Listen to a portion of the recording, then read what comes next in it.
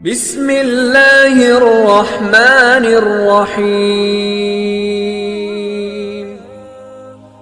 السلام علیکم ورحمۃ اللہ وبرکاتہ۔ سامعین کرام، میں امید کرتا ہوں سب بہن بھائی خیریت سے ہوں گے۔ سامعین کرام، جیسا کہ آپ کو علم ہے کہ کل ہم نے جنگ اندلس کا پارٹ نمبر 1 بیان کیا تھا اور آپ سے وعدہ کیا تھا کہ انشاءاللہ مکمل جنگ کی سٹوری آپ کے آگے شیئر کریں گے۔ اگر کسی نے پارٹ نمبر 1 نہیں دیکھا تو جا کر ہماری پروفائل میں دیکھ سکتا ہے۔ ہر مسلمان نیب موسیٰ اور دوسرے اراکین سلطنت خوب جانتے تھے خلیفہ ولید بن عبد الملک جس قدر رحم دل، فیاض اور سخی ہے، اس قدر یہ بھی چاہتا ہے کہ دنیا کے کسی حصے میں بھی کسی مسلمان کو ذرا سی بھی تکلیف نہ پہنچے اور اس کے ہمسایہ بادشاہوں اور تاجداروں میں ناچاکی نہ ہو، تمام ممالک میں امن و امان قائم رہے۔ جس زمانے میں بلاد مغرب کے نائب موسیٰ بن نصیر تھے، اس زمانے میں بلاد مشرق کے نائب حجاج بن یوسف ثقفی تھے۔ یہ عراق میں رہتے تھے اور موسیٰ افریقہ میں۔ موسیٰ کو معلوم تھا کہ ہندوستان کے راجہ داہر نے جزیرہ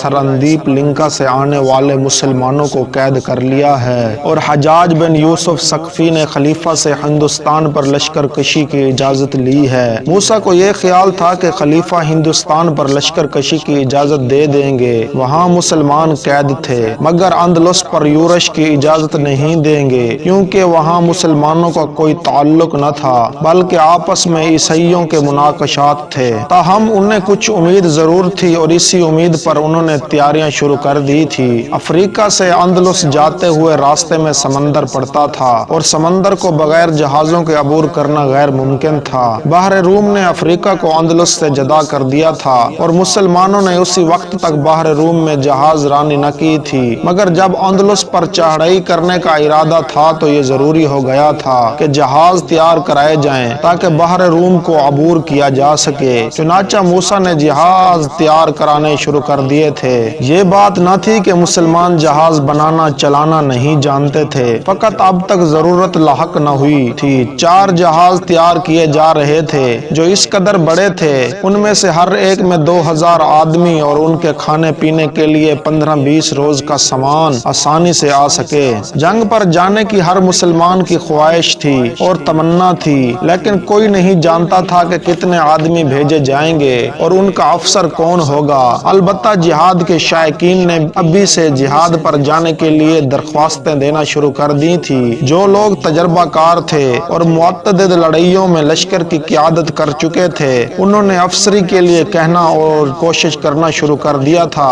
عام طور پر لوگوں کا یہ خیال تھا کہ موسیٰ اپنے بیٹے عبدالعزیز کی سرکردگی میں یہ مہم روانہ کریں گے، مگر موسیٰ چپ تھے اور اس لیے یقینی طور پر کوئی کچھ نہیں کہہ سکتا تھا۔ علاوہ ازیں جب سے مسلمانوں کو اندلس کے بادشاہ راز رخ کی عشرت پرستانہ زندگی کے واقعات معلوم ہوئے تھے، وہ اس سے بہت ناخوش ہو گئے تھے اور چاہتے تھے کہ جلد سے جلد اس کو بدکاری اور درندگی کی سزا دیں۔ مسلمان نہ خود بدکار تھے اور نہ دوسروں کو بدکار دیکھنا پسند کرتے تھے، گویا وہ نیکوکاری کے ٹھیکیدار تھے اور چاہتے تھے ساری دنیا ان جیسی ہی نیک رہے، بدکاری اور بدامنی کا دنیا جہاں میں نام تک باقی نہ رہے۔ ایک روز موسیٰ دیوان خانے میں بیٹھے تھے، اسی وقت ان کے پاس کئی معزز اشخاص مثلا علی بن ربیع طمعی، حیات بن تمیمی، ابن عبداللہ، ایوب اور عبدالعزیز وغیرہ بیٹھے تھے۔ یہ تمام وہ لوگ تھے جو کسی نہ کسی وقت لشکر کی قیادت کر چکے تھے، نیز نہایت مشہور اور شجاع لوگ تھے۔ علی بن ربیع طمعی نے دریافت کیا،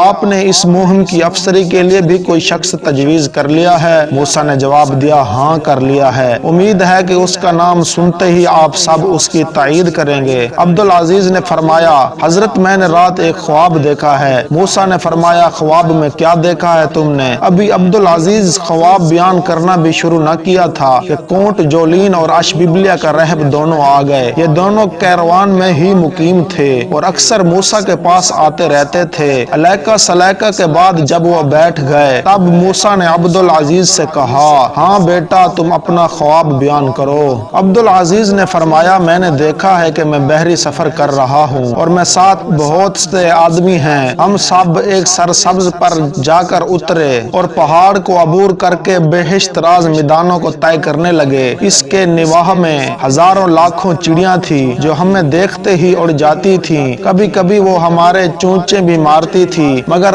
ہم ان کی طرف متوجہ ہوتے تھے تو وہ اڑ جاتی تھیں۔ میدانوں کے بعد ہم نے آبادیاں بھی دیکھیں، وہ نہایت خوبصورت اور خوشنما تھی۔ ایک جگہ جب ہم پہنچے تو ہمارے سامنے ایک چوڑا دریا آ گیا۔ اس دریا پر ایک اونچا پل بندھا تھا جو نہایت شاندار اور مضبوط اور خوبصورت تھا۔ اس کے دروازے جن سے زیادہ دریا بہہ رہا تھا محراب دار اور اونچے اونچے تھے۔ میں نے آج تک کسی پل کے اتنے اونچے دروازے نہیں دیکھے۔ ہم نے پل کے ذریعے سے دریا کو عبور کیا اور ایک خوشنما وادی میں جا اترے۔ اس وادی میں بہت سے کھنڈر تھے اور ان کھنڈروں میں ایک پتھر کا نہایت اونچا بت تھا، اتنا اونچا کہ اس کے نیچے کھڑے ہونے سے اس کا سر نظر نہ آتا تھا۔ ہم سب لوگ اس بت کو دیکھ کر حیران ہو رہے تھے۔ اس کے پشت کی طرف چند عورتیں آئیں، سب نہایت خوبصورت تھیں اور ریشمی پوشاکیں نیز سونے کے ایسے زیورات جن میں جواہرات جڑے ہوئے تھے وہ پہنی ہوئی تھی، لیکن ان کے درمیان جو عورت تھی وہ ان سب سے زیادہ حسین اور خوبرو تھی،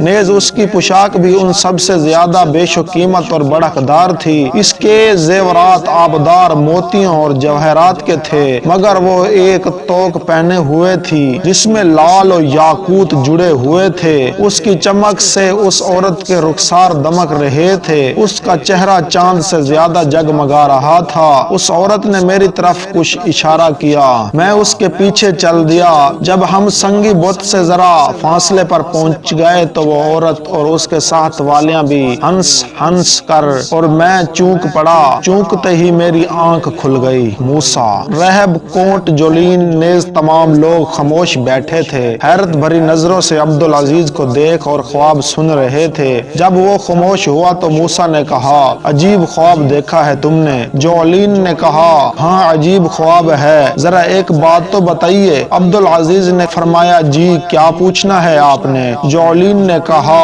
آپ کبھی اندلس میں گئے ہیں؟ عبدالعزیز نے فرمایا، کبھی نہیں گیا۔ موسیٰ نے فرمایا، آپ نے یہ سوال کیوں کیا ہے؟ جولین نے کہا، اس لیے کہ جو کچھ انہوں نے بیان کیا ہے وہ اندلس ہی کی سرزمین کے متعلق ہے۔ موسیٰ نے فرمایا، کیا وہاں کے پہاڑ اور میدان زیادہ سرسبز ہیں؟ جولین نے کہا، جی ہاں، حقیقت میں اندلس بہشت کا نمونہ ہے۔ قدرت نے دنیا کے مختلف حصوں میں جو چیزیں پیدا کی ہیں وہ سب اندلس کو بخش دی ہیں۔ وہ پھلوں کی بہتات اور آسمان کے صاف رہنے کے لحاظ سے ملک شام ہے، آب ہوا کی عمدگی کے خیال سے یمن یا عرب کا کہنخلستان ہے، میووں کی باکثرت پیداوار اور تازگی کے اعتبار سے حجاز ہے، زرخیزی اور پھولوں کی بھینی بھینی خوشبو کے انداز سے ہندوستان ہے، بیش و قیمت کانوں کے باعث کیٹے ہیں، نیز سمندر کے ساحلوں کی خشکتا اور فائدہ رسانی میں عدن ہے۔ موسیٰ نے فرمایا، آپ نے تو اس کی بڑی تعریف کر ڈالی۔ جولین نے کہا، وہ ملک ہی تعریف کے قابل ہے، مگر آپ کے صاحبزادہ نے جو خواب دیکھا ہے اس نے مجھے ورطۂ حیرت میں ڈال دیا ہے۔ موسیٰ نے فرمایا، کیوں؟